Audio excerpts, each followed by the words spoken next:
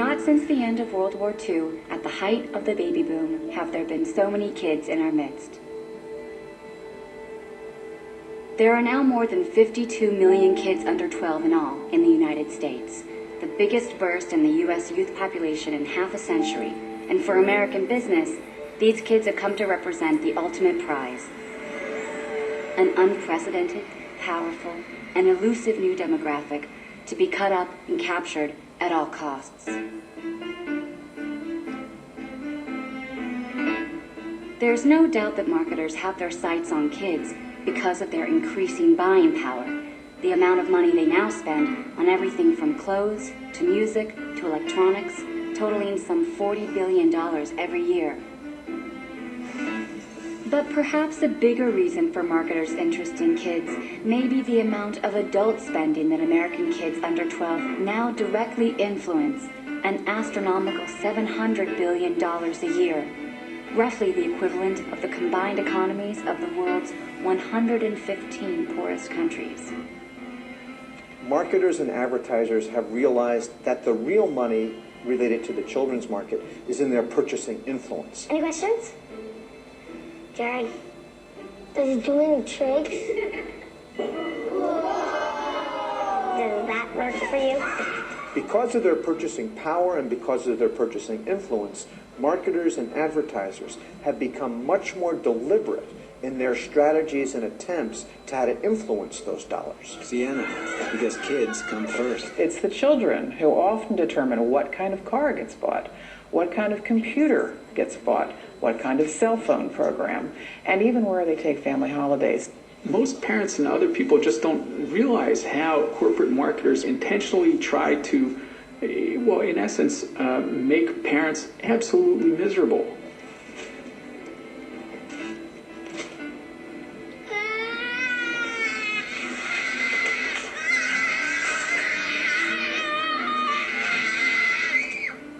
Corporate marketers have actually studied the whole nagging phenomenon, which corporations do nagging better, and they provide advice to corporations about, what kinds of tantrums work better. Children sometimes say, can I, as much as 9 times. Will you take us out and splash more? No. Will you take us out and splash more? No. Will you take us out and splash more? No! And part of the nag factor is designed to help maximize the number of times children will keep asking and keep asking. Will you take us out and splash more? Will you take us out and splash more? If I take you, will you two shut up and quit bugging me? Yeah, of course. Well, will you take us out and splash more? Yes! Thanks, Dad. So these kids have a lot of power in the economy. The advertisers know it, and they are going after them in a way that is unprecedented. It's the place where I want to be. This generation of children is marketed to as never before. Kids are being marketed to through brand licensing, through product placement, marketing in schools, through stealth marketing, through viral marketing. There's DVDs, there's video games, there's the internet, there are iPods, there are cell phones. There are so many more ways of reaching children so that there's a brand in front of a child's face every moment of every day. What we have is the rise of 360-degree immersive marketing, where they try and get around the child at every aspect and every avenue. Kids are inundated with this. They are buried in this media blitz. Kids are now multitasking with media, and they are more vulnerable and are bombarded with over 3,000 commercial messages every day. It's about people wanting to convince our children that life is about buying, life is about getting. Can I help you? Yeah, here to see this? Go ahead. So the philosophy becomes cradle to grave. Let's get to them early. Let's get to them often. Let's get to them as many places as we can get them. Do you have a business card? Sure. Not just to sell them products and services, but to turn them into lifelong consumers. See you in about 20 years.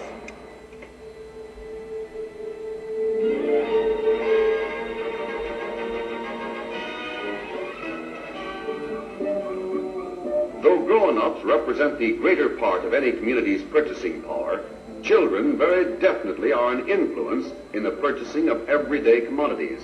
Children have participated for a very long time in the consumer marketplace, but in the past, children's consumer culture was a cheap little culture.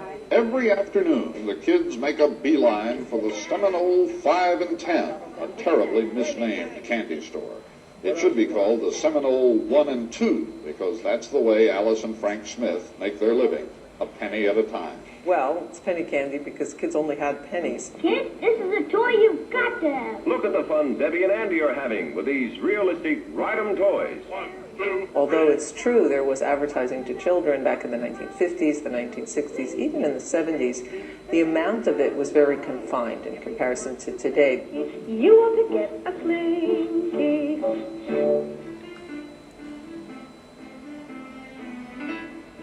Advertising to kids may have been confined during the 70s, but it was during this period that it would come into its own as an industry, triggering a counter-movement to end youth marketing altogether, and setting in motion a series of policy decisions that would ultimately determine the industry's future. A seminal event was in the late 70s when the Federal Trade Commission advocated a ban on advertising to children 8 and under.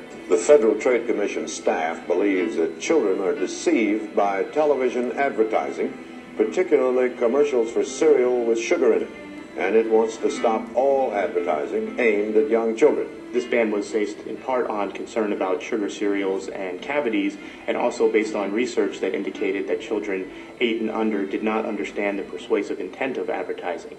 Are you saying that every message directed to the older child between 8 and 12, is inherently deceptive? That's right.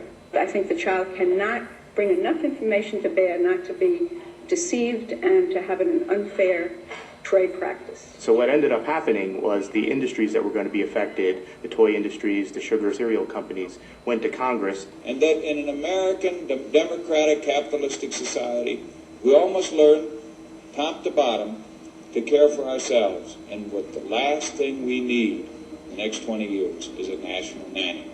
And Congress ended up taking away a lot of the FTC's authority to regulate marketing to children. Far from addressing consumer advocates' concerns about the impact of advertising on kids, in 1980, Congress passed the FTC Improvement Act. The law mandated that the FTC would no longer have any authority to promulgate any rules regarding children's advertising. The Congress of the United States, under pressure from advertisers and marketers, actually took away from the Federal Trade Commission the right, the authority to regulate advertising and marketing to children. And what little remained of government's power to regulate children's advertising would be dealt a final, fatal blow in the early 1980s. Government is not the solution to our problem. Government is the problem. In the 1980s, this country was in a situation of falling in love with the market, thinking that the market was the solution to everything, and of deregulating industry. For those of you with television stations, I have an announcement. As you know, I've never liked big government, and I think you will agree there's no reason to substitute the judgment of Washington bureaucrats for that of professional broadcasters. By 1984, the Reagan administration had completely deregulated children's television. All bets were now off. Corporations now realized that Congress was not going to do anything to restrict their power to marketing to children, and they now actually had more power. And lo and behold, a lot of really smart marketers discovered children as a huge market. In the decades prior to deregulation, kids' consumer spending increased at a modest rate of roughly 4% a year.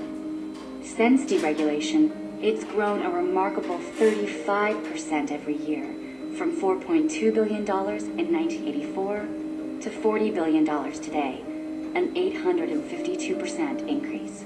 Deregulation really opened the floodgates for a kind of marketing to children that never existed before the mid-1980s.